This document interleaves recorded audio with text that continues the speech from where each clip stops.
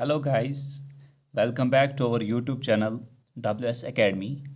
इससे पहले हमने 2 लेक्चर्स में अकाउंटिंग टर्म्स को डिस्कस किया था। जैसे कि सबसे पहले हमने डिस्कस किया था ट्रांजैक्शन, उसके बाद हमने इसके टाइप्स भी देखे, उसके बाद बुक कीपिंग देखा, उसके बाद कैपिटल देखा, उसके बाद ड्राइंग देखा, उसके बाद ऑनर भी देखा कि ऑनर होता कौन है, उसके बाद डेटर भी देखा, बैड डेट्स भी देखे क्या होते हैं, क्रेडिटर भी देखा और एसेट्स देखे। और इसमें से मेन टाइप्स जो थे करंट एसेट और फिक्स्ड एसेट भी डिस्कस किया हमने, ठीक है। उसके बाद कुछ और एसेट्स हमने देखे, जैसे कि वास्टिंग एसेट्स देखे और फिक्टिशियस एसेट्स देखे। कुछ ऐसे स्टूडेंट्स हैं जिनने कमेंट करके ये बताया था कि हमें जो कैपिटल है वो समझ नहीं आया, ठीक है। तो आज जब हम लाइबिलिटी स्टार्ट करने जाएंगे वहाँ पे आपका कैपिटल भी क्लियर होगा, ठीक है गाइस। तो और मैं आपको एक बात बताता चलूँ, ठीक है। सबसे पहले कि आपको जैसे पता होगा कि हमारी ऐप जो कि प्ले स्टोर पे अवेलेबल है WS एकेडमी के, ठीक है, नाम से, उस ऐप को आप इंस्टॉल कर सकते हैं और वहाँ पे आपको JKSSB का फ्री बैच मिलेगा, जहाँ पे आपको क्लिक करके एक बैच कोड मांगा जाएगा, ठीक है। जो आपको बैच कोड देना होगा वो होगा आपका JKSSBWS। तो आपकी रिक्वेस्ट हमारे पास आएगी और विद इन एन आवर हम आपकी रिक्वेस्ट को एक्सेप्ट करेंगे और आपको एनरोल करेंगे इस फ्री बैच में। आज तक बना है वहाँ पे आपको अवेलेबल जो हमारा PDF होगा, ठीक है गाइस। उठाइए। Now let's start today's topic. जैसे कि हमने एसेट्स तक पूरा ख़त्म किया था और आज हम ये सारा जितने भी और टर्म्स होंगी जो हमें आगे जाके अभी ज़रूरत लगेगी, ठीक है, वो हम डिस्कस करेंगे। कुछ और टर्म्स भी होगी जिन्हें हम टाइम टू टाइम हम डिस्कस करेंगे, जहाँ पे हमें ज़रूरत पड़ेगी वहाँ पे हम डिस्कस करेंगे। फ़िलहाल जितनी भी हमें टर्म ज़रूरत होगी यहाँ पे हम पहले ये डिस्कस करेंगे, ठीक है गाइस। तो लेट्स स्टार्ट। आज हमें देखना है लायबिलिटी होती क्या है, ठीक है। लायबिलिटी देखो जी, यहाँ पे आपका कैपिटल भी अच्छे से समझ आएगा, ठीक है। तो लायबिलिटी क्या होती है? वो amount owned by a business to the outsider, ठीक है। वो अमाउंट जो एक बिजनेस लेता है, कहाँ से? आउटसाइडर से, ताकि बिजनेस चला जाए, ठीक है, ताकि एक बिजनेसमैन अपने बिजनेस को चलाए अच्छे तरीके से, ठीक है। वो अमाउंट, वो पैसा, ठीक है, जो कि एक ऑनर लेता है या जो एक बिजनेस लेता है, किससे? आउटसाइडर से, उसी को हम लायबिलिटी बोलते हैं, ठीक है। जैसे कि कोई मैन है, वो अपना बिजनेस चलाने के लिए, ठीक, देखो जी, मैं आपको यहाँ पे एक अच्छे से तरीके से आपको ये समझाने की कोशिश करूँगा, ठीक। देखो जी, ये हमें क्या करना है? हमें बिजनेस स्टार्ट करना है। आप ये मानो हमें इसमें 10 लाख रुपीज़ चाहिए इस बिज़नेस को स्टार्ट करने में, ठीक है। लेकिन मैं क्या देखता हूँ कि जो बिजनेसमैन है, ठीक है, ये हमारा बिजनेस है, जो बिजनेसमैन है उसके पास 8 लाख खुद के हैं, ठीक है, 8 लाख खुद के हैं, तो ये इन्वेस्ट करेगा। तो जब ओनर खुद इन्वेस्ट ये करेगा किस में? बिजनेस में, तो ये 8 लाख जो है ये कैपिटल माना जाएगा। समझ आई बात? ठीक है। तो ये ओनर ने खुद के पैसे डाले कहाँ पे? बिजनेस चलाने के लिए, अपना बिजनेस चलाने के लिए, तो इसको बोला जाता है कैपिटल। अब ज़रूरी नहीं है पैसे डालेगा, गुड्स भी डाल सकता है, ठीक है, फर्नीचर भी ला सकता है, ठीक है। जो कुछ भी एक ओनर इन्वेस्ट करता है बिजनेस में, ठीक है, इंट्रोड्यूस करता है बिजनेस में ताकि वो अपना बिजनेस चलाए, ठीक, हाँ, उसको बोलते हैं हम कैपिटल, ठीक है। जैसे कि 8 लाख यहाँ पे कैपिटल आ गया। हाँ, अब और 2 लाख की ज़रूरत है, इसके पास तो नहीं है ओनर के पास। अब ये क्या करेगा, ये किसी और बंदे के पास जाएगा, ठीक है, बोलेगा कि आप मुझे फ़िलहाल 2 लाख रुपीज़ दे दो, या बैंक पे चला जाएगा, लोन निकालेगा, ठीक है। बैंक से बोलेगा कि मुझे बिज़नेस स्टार्ट करना है, मेरे पास तो इतने 8 लाख है, लेकिन अब मेरे बिज़नेस में 2 लाख की कमी है, तो आप मुझे लोन दो। या किसी और बंदे से बोलेगा, दोस्त से बोलेगा, किसी और से, ठीक है, आउटसाइड, इट मीन्स आउटसाइडर से। तो यहाँ पे जो आउटसाइडर का मतलब होगा वो होगा या तो बैंक, ठीक है, या तो कोई और जिसको कोई भी वास्ता नहीं होगा इस बिजनेस से, ठीक है। अगर ये बिजनेस कल जाके इस बिजनेस में प्रॉफिट होता है तो इसको कोई उस प्रॉफिट के साथ वास्ता नहीं होगा। हाँ, या अगर इस बिजनेस में लॉस होगा तो इसको कोई फ़र्क नहीं पड़ेगा, ठीक है। तो ये क्या करेगा, खाली आउटसाइडर वो होता है, ठीक है, जो कि अपना पैसा एक ओनर को देता है ताकि वो बिजनेस चलाए, ठीक है, ताकि वो बिजनेस चलाए, ठीक है।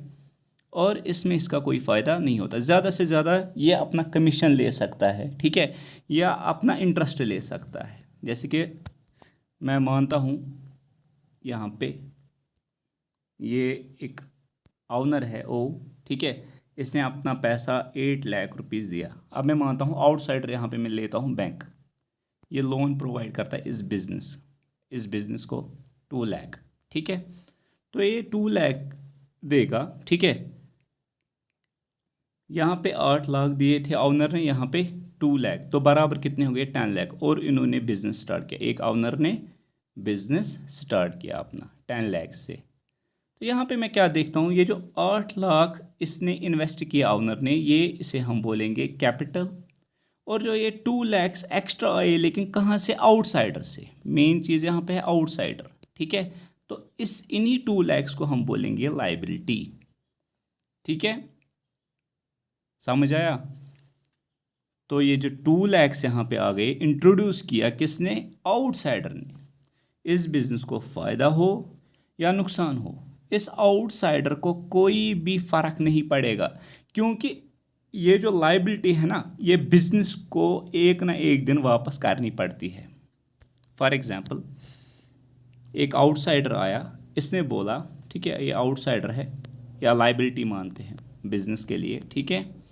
इसने बोला कि चलो मैं आपको 2 लाख रुपीज़ देता हूँ, ठीक है, मैं आपको 2 ईयर्स के लिए देता हूँ, या मैं आपको 10 ईयर्स के लिए देता हूँ। इसके बदले जब आपके ये 10 ईयर्स पूरे होंगे आप मुझे 2 लाख वापस दोगे। या कभी कभार ये मांग सकता है आपसे इंटरेस्ट भी। फॉर एग्जांपल, ये आपको बोलेगा मैंने आपको 2 लाख रुपए दिया, 10 साल के बाद आप मुझे 3 लाख रुपए वापस करोगे, ठीक है।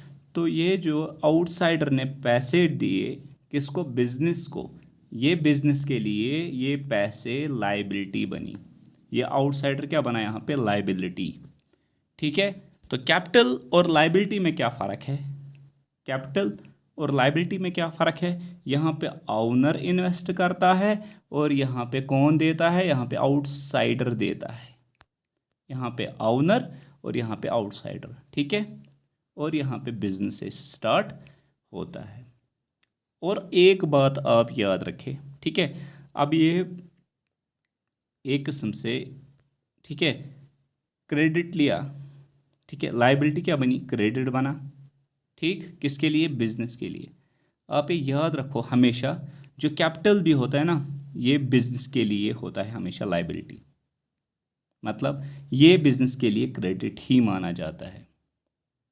देखो जी, आप ये जो कंसेप्ट है हमेशा, ठीक है, अच्छे से समझो आप, क्योंकि इसी पे सारा कुछ डिपेंड है। ये हमारा बिजनेस है, ठीक है, ये आ गया ओनर, ये आ गया लाइबिलिटी यहाँ से, या आउटसाइडर से हम बोलते हैं, ठीक है, ये जो कैपिटल इसने इन्वेस्ट किया, ठीक है, और यहाँ से इसने लाइबिलिटी दे दी आउटसाइडर ने, ठीक है।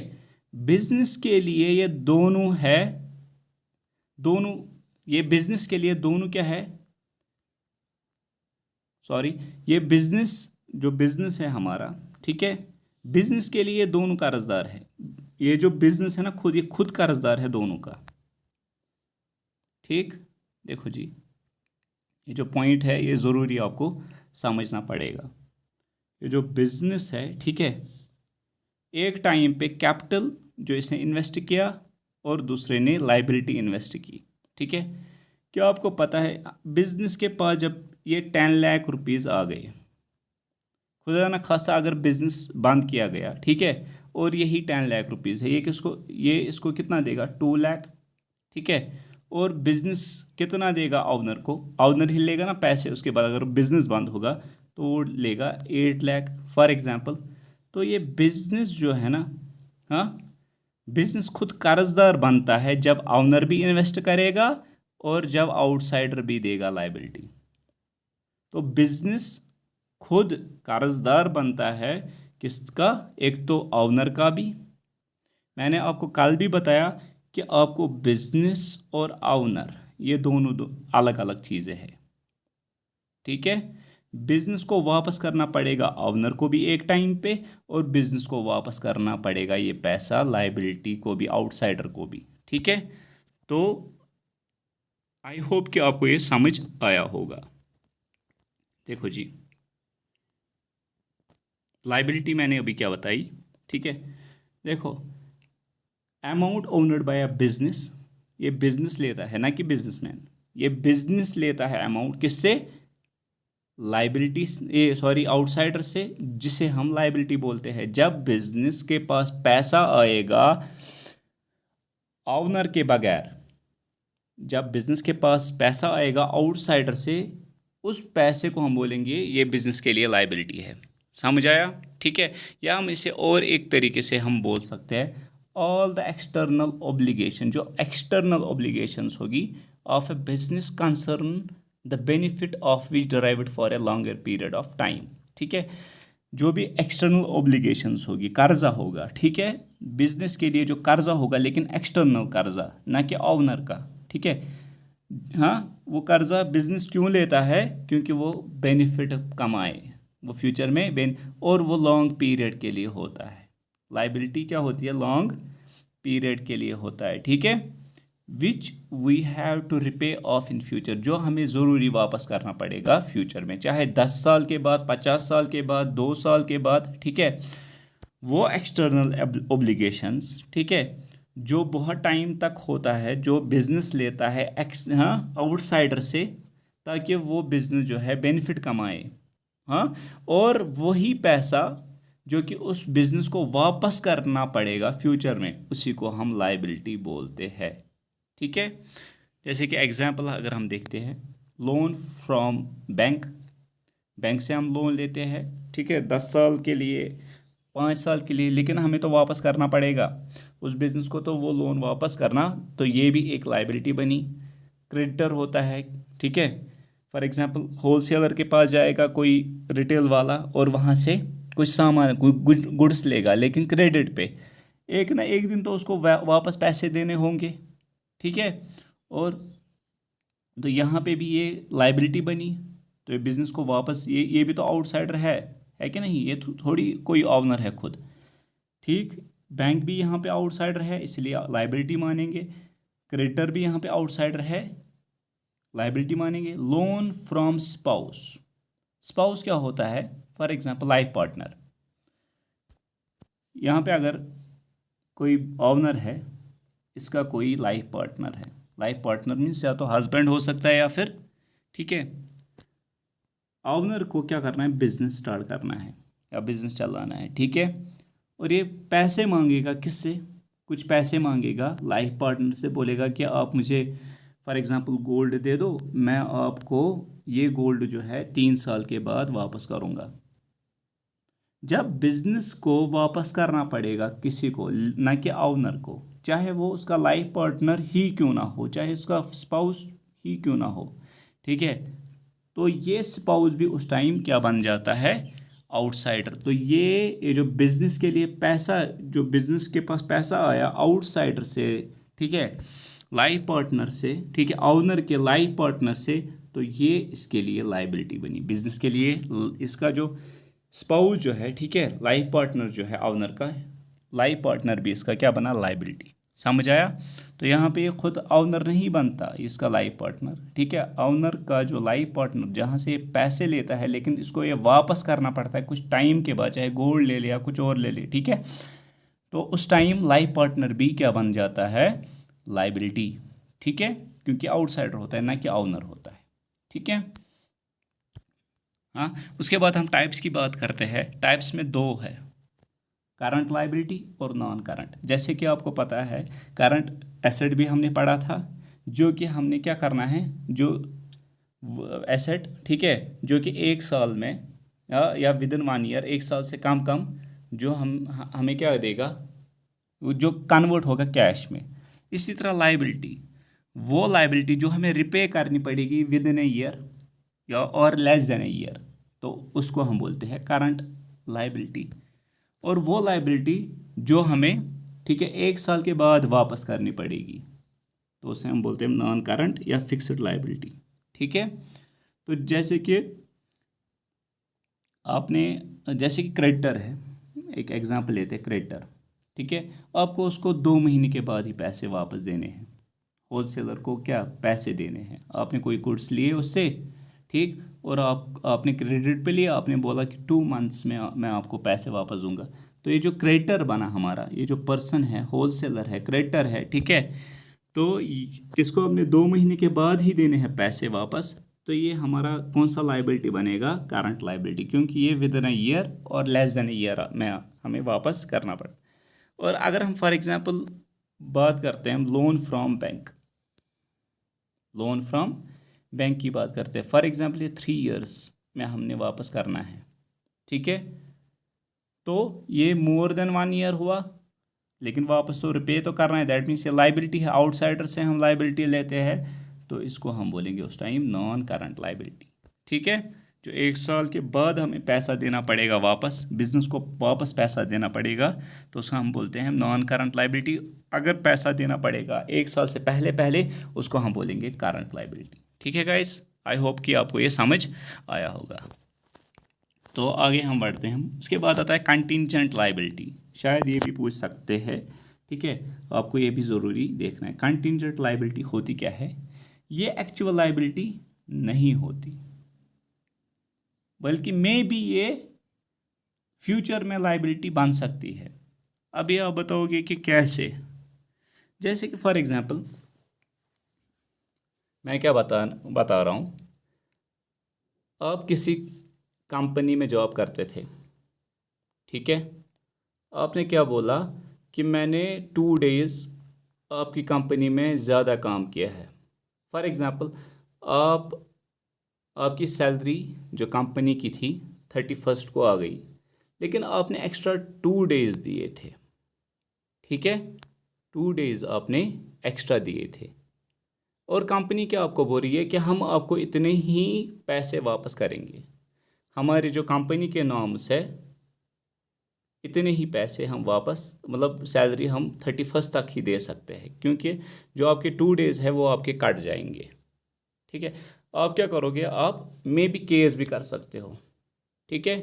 जब वो केस, हाँ, फॉर एग्जाम्पल कोर्ट में चला जाएगा तो उसमें टाइम लगेगा, क्या पता ये केस ये कंपनी ही जीते। अगर ये कंपनी जीतती है ये केस, तो आपको कोई पैसा नहीं देगी ये कंपनी, तो कंपनी के लिए क्या आप उस टाइम ये लाइबिलिटी होगी, नहीं होगी, ठीक है। लेकिन अगर आप एक केस जीतते हो तो कंपनी के लिए ये लाइबिलिटी बन सकती है फ्यूचर में, ठीक है, समझ आया। तो क्या हम बोलते हैं यहाँ पे, कंटिंजेंट लाइबिलिटीज और not actual liabilities when they are not set. जब हम ये देखते हैं उस टाइम एक लाइबिलिटी नहीं होती है, लेकिन बट इन फ्यूचर में ये लाइबिलिटी बन सकती है, ये एक्चुअल लाइबिलिटी बन सकती है, ठीक है। फ्यूचर इवेंट्स विल डिसाइड, तो फ्यूचर इवेंट ही डिसाइड करेगा क्या ये बिजनेस के लिए लाइबिलिटी बन सकती है कि नहीं बन सकती है। ये फ्यूचर इवेंट पे ही, क्या बिजनेस को ये आगे जाके पैसे देने होंगे, अगर देने होंगे तो लाइबिलिटी बनी, अगर नहीं देने होंगे तो ये इसके लिए लाइबिलिटी। तो हम उस टाइम पे जहाँ पे हम नोटिस करते हैं तो ये उस टाइम लाइबिलिटी नहीं होती, लेकिन मे बी ये लाइबिलिटी बन सकती है फ्यूचर में, ठीक है। तो इसीलिए हम इसको बोलते हैं कंटिंजेंट लाइबिलिटी, ठीक है। जैसे कि एक दो एग्जांपल्स हैं यहाँ पे मैंने दी है। क्लेम अगेंस्ट द कंपनी, आपने क्लेम किया कंपनी के अगेंस्ट, मे बी वो आपकी तरफ भी हो सकता है, वो कंपनी की तरफ भी हो सकता है, या केस पेंडिंग है आपका कोर्ट में, अभी आपको नहीं पता कि कौन जीतेगा, ठीक है। तो ये दो एग्जांपल्स है जिसे आप कंटेंजेंट लाइबिलिटी समझ सकते हो। उसके बाद हम देखते हैं और एक टर्म, दैट इज पर्सन। ये सबसे मेन इंपॉर्टेंट टर्म है। पर्सन होता क्या है, ठीक है, ये आप याद रखें। बिजनेस में या अकाउंटेंसी में लिविंग और नॉन लिविंग दोनों को पर्सन माना जाता है। पर्सन खाली लिविंग नहीं होता, बिजनेस में चाहे लिविंग हो या नॉन लिविंग हो, दोनों को पर्सन माना जाता है, ठीक है। कैसे, देखो जी, जैसे कि इसमें दो टाइप्स आते हैं, नेचुरल और आर्टिफिशियल। नेचुरल पर्सन क्या होता है, जैसे हम वही सर की बात करेंगे, ठीक है, ये खुद, ठीक है। लिविंग पर्सन जिसे हम बोलेंगे, लिविंग पर्सन को नेचुरल पर्सन भी बोला जाता है। जैसे फॉर एग्जांपल अमन, पिंकी है कोई, ठीक है, एस्ट्रा, तो इनको नेचुरल पर्सन बोलते हैं। और आर्टिफिशियल पर्सन क्या है, एचडीएफसी बैंक, क्या ये कोई मतलब लिविंग है, नहीं। क्या ये कोई आदमी है, नहीं। या जियो, हम क्या बोलते हैं, फॉर एग्जांपल आपके आपके मोबाइल में 10 रुपीज़ बिल आने वाली थी, ठीक है, लेकिन उन्होंने 12 रुपीज़ काटी। आप क्या बोलते हो कि ये 2 रुपीज़ जो है जियो वाले ने खाई, ठीक है। क्या जियो वाला कोई पर्सन है, कोई लिविंग है, नहीं है। इसलिए यहाँ पे जो पर्सन माना जाता है ना, वो दोनों माने जाते हैं, लिविंग भी नॉन लिविंग भी। या जेके बैंक, जेके बैंक अगर आप जाते हो, ठीक है, जेके बैंक क्या कोई लिविंग है, नहीं, लेकिन फिर भी आप ट्रांजैक्शन करते हो यहाँ पे, फिर भी आप अपना बिजनेस, ठीक है, उनके साथ करते हो, तो यहाँ पे उसको माना जाएगा उस टाइम आर्टिफिशियल पर्सन, ठीक है। तो ये मेन है, क्योंकि अकाउंट्स जहाँ पे हम पढ़ेंगे तो ये पर्सन आपको ज़रूरी याद रखना है, ठीक। उसके बाद गुड्स क्या होता है, मेन चीज़, सबसे मेन टर्म गुड्स। गुड्स क्या होती है, गुड्स वो चीज़ें होती है ना जो हम लाते हैं फॉर ए सेल, जो हम खरीदते हैं, जो बिजनेस खरीदता है। आप ये मानो, बिजनेस जब खरीदता है कोई चीज़, ठीक है, कोई गुड खरीदता है, लेकिन वो गुड रिसेल के लिए होना चाहिए, ठीक है, रिसेल के लिए होना चाहिए। जैसे कि कोई शॉपकीपर है, हाँ, फॉर एग्जांपल वो ब्लैंकेट्स बेचता है, ठीक है, लेकिन वो ब्लैंकेट्स पहले तो किसी से लाता होगा ना, किसी होलसेलर से लाता होगा ना, ठीक है। ये ब्लैंकेट्स का कारोबार यहाँ पे करता है, ठीक है, लेकिन जब वो किसी से लाता है, परचेज करता है होलसेलर से, किस लिए, ताकि वो सेल करे, ताकि वो क्या करे, रिसेल, ठीक है। तो उसी को हम, उन्हीं ब्लैंकेट्स को हम गुड्स बोलते हैं। वरना बिजनेस में आपके पास, फॉर एग्जांपल अगर आपके पास शॉप होगी, आपके पास फ़ैन भी हो सकता है, क्या वो हम भेजने के लिए लाते हैं, नहीं। जिस चीज़, अगर कोई इंसान, अगर कोई बिजनेसमैन, अगर कोई बिजनेस, ठीक है, फ़ैन का कारोबार करता है, बिजनेस करता है फैंस का, ठीक है, वो फैंस बेचता है, तब जाके ये फ़ैन उसके लिए गुड बनता है, ठीक है, क्योंकि इसको रिसेल करना पड़ता है, इसी का सेल करना पड़ता है, ठीक है। हाँ, बाकी जितने भी फर्नीचर वहाँ पे लगा होगा, ठीक है, वो भी, ठीक है, वो भी एक एसेट है, फर्नीचर भी एक एसेट है, लेकिन क्या हम वो बेचने के लिए लाते हैं, नहीं, ठीक। क्या वो रिसेल करने के लिए लाते हैं, नहीं, तो उस टाइम उसे गुड नहीं बोला जाएगा। गुड उस चीज़ को खाली बोला जाएगा जो कि हम रिसेल करने के लिए खरीदते हैं, किसके लिए, रिसेल करने के लिए खरीदते हैं खुद, ठीक है। गुड्स बिजनेस के हिसाब से गुड्स वो होते हैं जो हम जो बिजनेस परचेज पहले करता है ताकि उसकी रिसेल करे, ताकि उसको भेजा जाए आगे, ठीक है। तो क्या वो रिसेल जो हम गुड्स लाएंगे, क्या वो हम 1 साल से ज़्यादा रखेंगे, क्या वो हम एनहांस करने के लिए रखते हैं बिजनेस के लिए, नहीं। तो हम क्या करने की कोशिश करते हैं कि जितना जल्दी हो सके वो हम बेच डालें, ठीक है, वो हम सेल करें उसका। तो इसीलिए वो गुड्स आते हैं, हर कोई गुड्स जो होता है, ठीक है, वो करंट एसेट माना जाता है, क्योंकि ये बिजनेसमैन कोशिश करता है कि एक साल पहले पहले ही ख़त्म हो जाए, ठीक है, और उसके पास पैसे आए फ्यूचर में, ठीक। उसके बाद क्या आता है, रेवेन्यू। रेवेन्यू क्या होता है, सेल ऑफ गुड्स, कि आप कितनी सेल करते हो गुड्स की, ठीक है। आपके पास कोई गुड है, आपके पास कोई शॉप है, ठीक है, शूज़ की शॉप है, ठीक है, और आपने 500 रुपीज़ में कस्टमर को दिया, ठीक है, और ये 500 को ही माना जाएगा कि आपका रेवेन्यू है। आपने गुड बेचा, ठीक है, सेल ऑफ गुड्स, हाँ, 500 रुपये में आपने अपना गुड बेचा, ठीक है, जिसकी आप सेल करते हो, जिसका आप बिजनेस करते हो, जितना पैसा आपके पास उससे आएगा वो आपका रेवेन्यू, ठीक है। उसके बाद एक्सपेंस। एक्सपेंस क्या होता है, ठीक है, cost incurred to earn revenue, वो कॉस्ट जो हमें पहले इन्वेस्ट करना पड़ता है ताकि हम आगे जाके रेवेन्यू हासिल करें।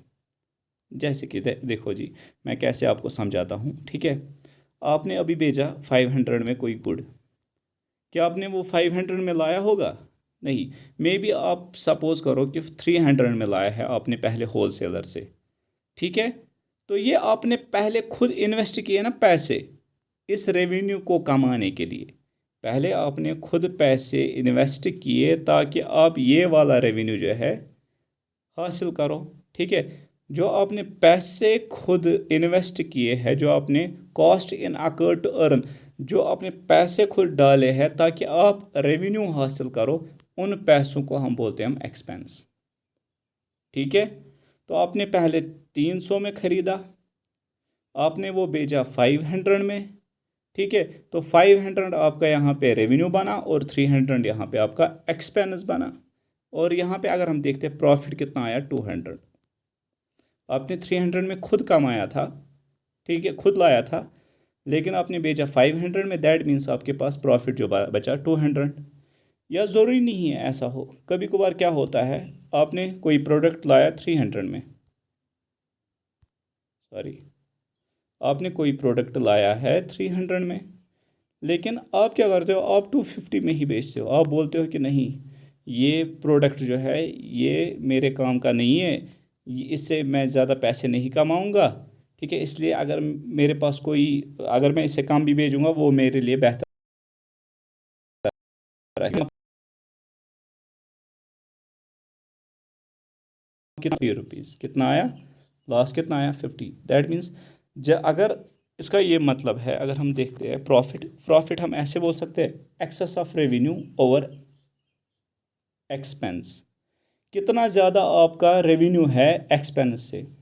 जैसे कि मैंने अभी बोला 300 हमारा एक्सपेंस हुआ था, 500 हमारा रेवेन्यू आया, कितना ज़्यादा है रेवेन्यू एक्सपेंस से, वो है 200 ज़्यादा, है कि नहीं, तो इसी को प्रॉफिट बोलते हैं, ठीक।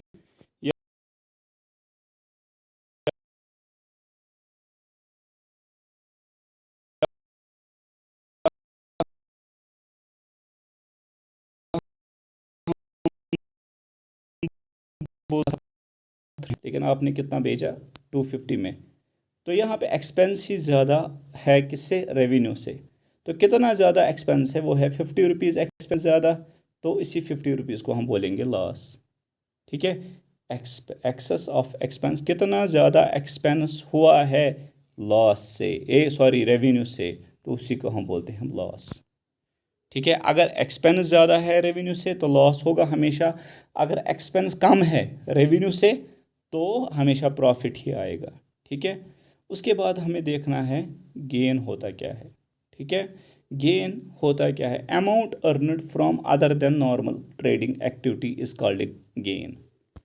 फॉर एग्जांपल, आप कोचिंग इंस्टीट्यूट चलाते हो, ये आपका मेन बिजनेस है। जब आप यहाँ से पैसे कमाओगे दैट मीन्स वो आपका प्रॉफिट बनेगा, ठीक है।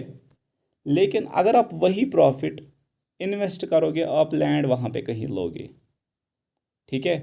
फॉर एग्जांपल, आपने 2 लाख रुपीज़ में लैंड लिया, और जब आपने ये लैंड बेचा, वो आपने 2.5 लाख में बेचा, दैट मीन्स 50,000 जो है आपका और प्रॉफिट आया, लेकिन इस प्रॉफिट को यहाँ पे हम गेन बोलेंगे। क्यों? असल में आपका बिजनेस था कोचिंग इंस्टीट्यूट, जहाँ पे आपने पैसे कमाए और उसको माना जाएगा प्रॉफिट, ठीक है। लेकिन आपने इसी प्रॉफिट से, आपका बिजनेस एक था, मेन बिजनेस के बजाय आपने दूसरा बिजनेस स्टार्ट किया, ठीक है। आपने क्या किया? दूसरा बिजनेस स्टार्ट किया, जो आपका मेन ही है, जो आपका क्या है, यही टेम्परेरी बिजनेस आप ये मानो। जो आप टेम्परेरी बिजनेस से पैसे कमाते हो, ना कि मेन बिजनेस से, उसी को हम गेन बोलते हैं, ठीक। Amount earned from other than normal trading activity is called gain. जो आप अमाउंट अर्न करते हो नॉर्मल ट्रेडिंग एक्टिविटी के बगैर, ठीक है, जो आपका मेन बिजनेस है उसके बगैर जो आप साइड बिजनेस करते हो, वहाँ से पैसे कमाते हो, उसी को गेन बोलते हैं, सिंपल। उसके बाद आता है स्टॉक, ठीक है। अब ये ख़त्म होने वाला है, ठीक। स्टॉक क्या है? ठीक है, स्टॉक गुड्स ही होते हैं। स्टॉक, मैंने अभी आपको गुड्स किन्हें बोला जाता है? जिन्हें हम रीसेल करने के लिए लाते हैं। स्टॉक गुड्स ही, गुड्स को ही बोला जाता है। लेकिन वो गुड्स जो कि अनसोल्ड रहते हैं किसी भी पर्टिकुलर डेट तक, ज़्यादा से ज़्यादा, जैसे कि हम बोलते हैं हम 1 साल के लिए ये स्टॉक, 1 साल के लिए हमें गुड्स चाहिए और हमें 1 साल के अंदर ये बेचना है, ठीक। जैसे कि आपके पास फॉर एग्जांपल गुड्स थे 50 लाख के, और आपने इसमें 40 लाख में बेचे, ठीक है। आपके पास कितना बचा? 10 लैक्स का गुड्स। 1 साल के बाद, 1 साल के बाद, तो ये 10 लैक्स के गुड्स जो आपके पास है, यही आपका स्टॉक बनेगा। यही, इसी को हम क्या बोलते हैं? हम स्टॉक। जो कि गुड्स अंडरलाइंग, जो goods lying unsold on a particular date, किसी डेट तक अगर वो अनसोल्ड रहता है कोई गुड्स, उन्हीं गुड्स को हम स्टॉक भी बोलते हैं, ठीक है। तो स्टॉक्स के दो टाइप्स है, ओपनिंग स्टॉक और क्लोजिंग स्टॉक, ठीक। ओपनिंग स्टॉक क्या होता है? ओपनिंग स्टॉक होता है जो आपके पास पहले दिन होगा जब आप कोई बिजनेस स्टार्ट करते हो, ठीक है। हाँ, फॉर एग्जांपल आप मार्च से लेके, फॉर एग्जांपल आप आपका